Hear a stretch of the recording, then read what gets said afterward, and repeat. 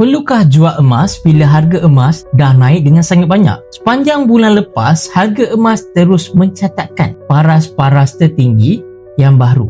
Hampir setiap hari tuan-puan. Bagi pelabur, itu adalah masa yang dikatakan sesuai untuk menjual. Jika anda beli 1 gram emas pada 1 Januari 2025 pada harga RM409, hari ini anda sudah menikmati keuntungan bersih sekitar RM232. Namun, kenaikan seperti ini tuan-puan bukannya berlaku setiap masa. Dalam tempoh 20 tahun, ada masa harga emas naik mendadak, ada masa ia mendatar, dan sebab itu kalau anda tiada keperluan mendesak, anda tidak perlu pun untuk tergesa-gesa menjual emas tersebut. Simpanan emas ini lebih berkesan apabila anda letakkan satu matlamat simpanan sekurang-kurangnya tuan-puan 2 tahun dan ke atas. Bayangkan macam ni tuan-puan, jika anda perlu gunakan duit ketika harga emas sedang jatuh, anda mungkin rugi dari segi nilai. Tetapi secara purata, harga emas tetap meningkat sekitar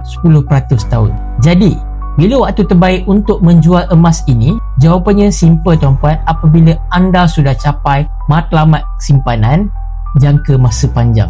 Dan dengan ilmu emas dan kewangan yang betul, saya yakin tuan-puan, anda akan lebih berjaya dan dapat maksimumkan keuntungan dalam simpanan emas anda. Bagi yang ingin memulakan simpanan emas ataupun ingin mengalihkan sebahagian simpanan ke dalam bentuk emas tuan-puan bersama Public Gold, anda boleh isi borang sign up untuk saya bantu anda daftar sebagai ahli dan bimbing anda dalam cara dan langkah-langkah simpanan emas yang terbaik untuk masa depan anda.